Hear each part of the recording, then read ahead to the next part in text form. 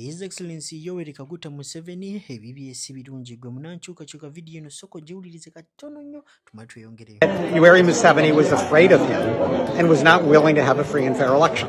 Museveni claims that he is what the Ugandan people want, but he's not willing to have a free. His Excellency Yoweri Kaguta Museveni obunkenke bumweyongedde mu State House byonna mbikuletedde mu maaso awo abazungu babiganye ebya DR forms ze yabaweereza omukulu byabakama. Video njala tugiwa obudde nga we nabagambye video eno ng'etandika nyongera okujjukiza soko gimpereka like bw'oba omaze subscribing hawekete ku mukutu gufi guno oyo guli mu kubeera ng'olaba y'omu ku ba international agamba nti human activists abakyasinze mu nsi yonna oyo gw'olaba nno asobola okukubira Donald Trump essimu direct naso okubeera ng'ayogera naye olaba avudde mu President Yoweri Kaguta Museveni. Oh my god, abaana b'enkyukakyuka eno video mugisharinge soko muwulize tumale tweyongereyo. Because right now the dictator of Uganda Yoweri Museveni is going to swear in on the 12th of this month, but as we speak we've never seen any results from the Electoral Commission. We've not heard anything from the international community about the Uganda situation. We've not heard about the case of Mwanga Chivumbi, who was imprisoned on trumped up charges. What do you think about Uganda's situation? What can we do? What do you have to tell Bobby Wine right now? Because he's coming to you. Yeah. Please, Mr. Ross. Thank you. No, I mean, it's clear that Bobby Wine was tremendously popular, that Yoweri Museveni was afraid of him and was not willing to have a free and fair election. Museveni claims that he is what the Ugandan people want, but he's not willing to have a free contest where two politicians can compete with each other. And so he shuts down opposition rallies, he arrests people, he uses violence, he uses torture. This is, not a freely chosen president. This is an autocrat who's hanging on like a dictator. So, I think the world sees that. Sadly, Museveni has figured out that if he's just friendly with the West, they won't challenge him. But we, the people in the West, see what's going on. We understand that the Ugandan people want a democracy, and that's not what they have under the current autocratic leadership. Contest where two politicians can compete with each other. And so he shuts down opposition rallies, he arrests people, he uses violence, he uses torture. This is, not a freely chosen president. This is an autocrat who's hanging on like a dictator. So, I think the world sees that. Sadly, Museveni has figured out that if he's just friendly with the West, they won't challenge him. But we, the people in the West, see what's going on. We understand that the Ugandan people want a democracy, and that's not what they have under the current autocratic leadership of Yoweri Museveni. Thank you so much. Gwe munankyukakyuka ali mu ggwanga Uganda nawe yali wabweru w'eggwanga Uganda kugamba subscribing ebirala babireke. His Excellency Robert Kyagulanyi yafuna Honorable Hoguleti Namuga though bamuba akalulu naye ng'ebyadala ono mukyala mugezi ennyo era mu woman MPs bonna abali babaddewo ko mu Uganda. She is among the greatest. Njagala owulire engeri gyakutemeddemu ensonga za sovereignty bill tumale tuyongereyo. Mulagamba nenkimanyi etteeka bbi naye siina bwe nkola ki sina bwe olaba abo bonna abazze okulonda sigamba nti kye babadde baagala waliwo gwe nayise ne mugamba naye sijja mugera linnya let me protect her namuga naye bulijjo otuba ku nsonga z'abantu obeera naffe nanga muna ebyakyuseemu namuga amateeka kati makakali tolina bwe bagenda ekyankwanzi babagamba tolina kwawukana ku birowoozo bya gavumenti kakati lino etteeka lye baleese digenda kwongera okunyiga bannamuga abadde bavaayo okulowooza okwogera ku ndowooza zammwe so kati ebimu ku bye bakuteeko for example sponsoring, fundraising, registering, nominating and supporting all campaigning for a candidate in an election. Kakati igwe bwobeera nga gwe bakukirasifayinze nga foreign agent oba foreigner noba ng'oyambyeko Namugga okumuwaako ku ssente z'omu campaign oba because abantu batuyambako nga bwolaba fundraising zibaawo for political parties to get money kati fundraising zezo zonna ziri restricted. Number 2, nakugamba nti any activity aimed at influencing the outcome of an election. Bw'ogenda mu activity yonna ng'ena influencing the outcome of an election. Eteekwa kuba critically and I mean strictly regulated. Kati byonna byeboogera wano. It's about elections, it's about sponsoring, okufuba okulaba nga wabaawo kye bayita economic frustration. nti bafuba okulaba nga banyiga political parties okubanga tesobola kurunning activities zaazo. Okay. Ebinyigiriza tubiwulira. Naye temulimu kalungi konna mu Uganda kafunamu. Anti ze nkugambye nti kewali badde akalungi kewali badde ofunamu. Olia izoga honorable bakyusiza definitions bano babajjemu kyaki bazijjemu abanafe bakadama sente zibadde zijjamba kadde babe bazijjemu naye nkugambye akutte ku kiniso ekinene kye bayita governance. Bukulembeze njagala okutegeeza kati kadama ajja kuba n'ekimuluma ajja kunoonya akyogera amubule. Kadama ojja kunoonya woyambirako namugga nga tosobola muweereza sente zegasa. Bino byolaba nti kubanga yakugambye the other restriction of the threshold of 400 million 400 million buli mwaka. Era political parties zina kufunanga approval.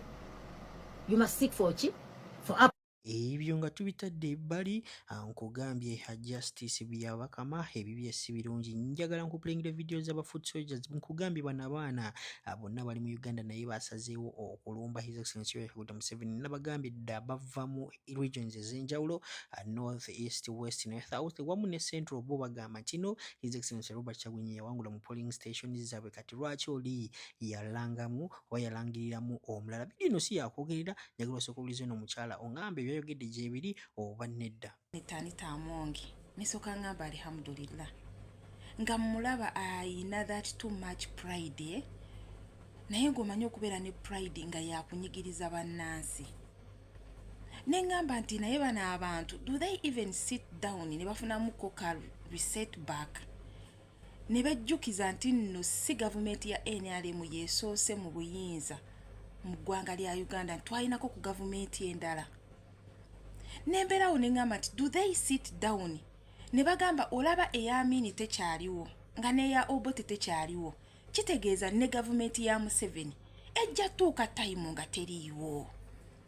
Nengamba nti bano abantu balowoozaako ku basirikale ba Amini abali mu maje abali mu kubundabundirira mu Nairobi Kenya ku street nga banoonya kyakulya basabiriza basiiba ku mizikiti nti nabo kisobola okubeera nti kisobola otuuka ku baana baabwe.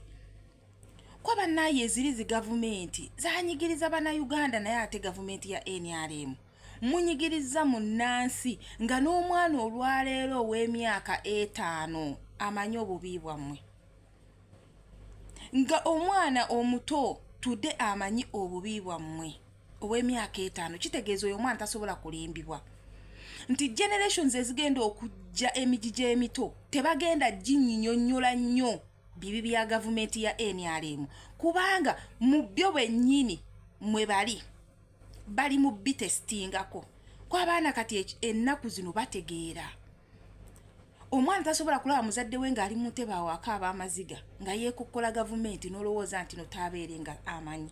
Abalungi abatuuliriza era abatulaba olunaku olwaleero tukyaddeko ewa Sheikh Ashraf Dembe.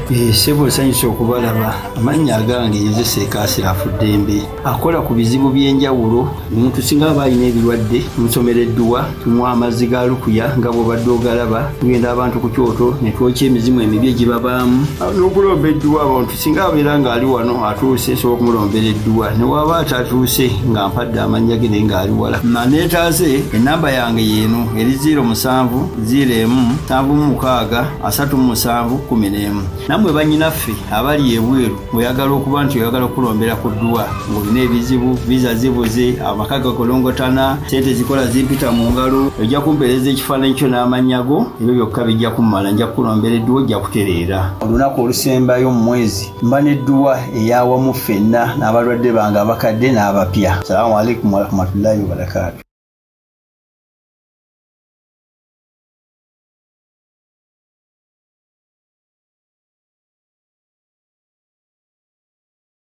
Oba nateekawo Bob Wine kitegeeza nti abo eyo generation eyo ejja kubanga si yakunnyonnyolebwa nnyo wabula nga yo yakutekinga actions naye mutuulakawo wansi ne mufumiitiriza ebintu ebyo engeri gye mukudaala engeri gye munyigirizaamu muna Uganda nga nammwe muzadde walayi nga muyina famire nga nammwe mukimanyi nti no time ejja tuuka gavumenti ya NRM ebeere ng'esomwako mu history naye history waayo alibeera atya oba mmwe abali babasigaddewo oba bawala bammwe kuba olwayo tutambulira ku mulembe oguli digito nti gwoyinza olowooza nti famire yo tebagimanyi nti oba ogikwese nnyo wallahi nga waliyo babiri abagimanyi ate baba bagimanyi ebintu we bikyuka manya emitwalo millions and millions of people bajja kumanya famire yo naye mmwe obulumi bwemutuusiza ku bannayuganda mukimanyi nti no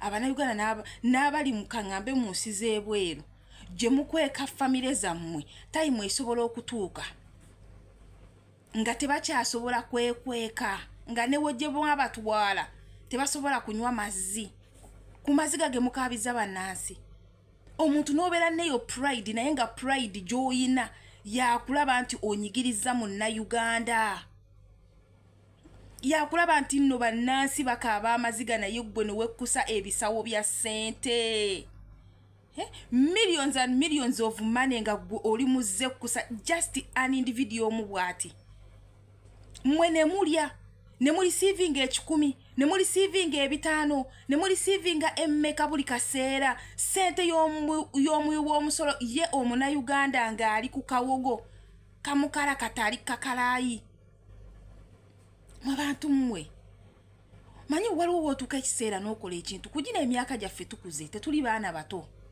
kati mwe mubeeredde nti no muli bantu bakulu mutuzaala nkimanyi otuula awo wansi n'ogamba nedda ndi mu myaka 6 myaka 7 naye ate bano abaana bange oba bano bazzukulu bange bali mu myaka emeka banaye mwe bagayizi omuntu atafuna mukko kadda nyuma n'akolako kariseti baka ng'onyigiriza omuntu omulala gwoba wakikula ki oba na mutima kiyahe mumwagala tugamba nti muli yumoto nti you're here to live forever on this planet earth kyemwagala okutugamba nti mugenda sigalako mugikunguleko amakoola gonna wallahi temusobola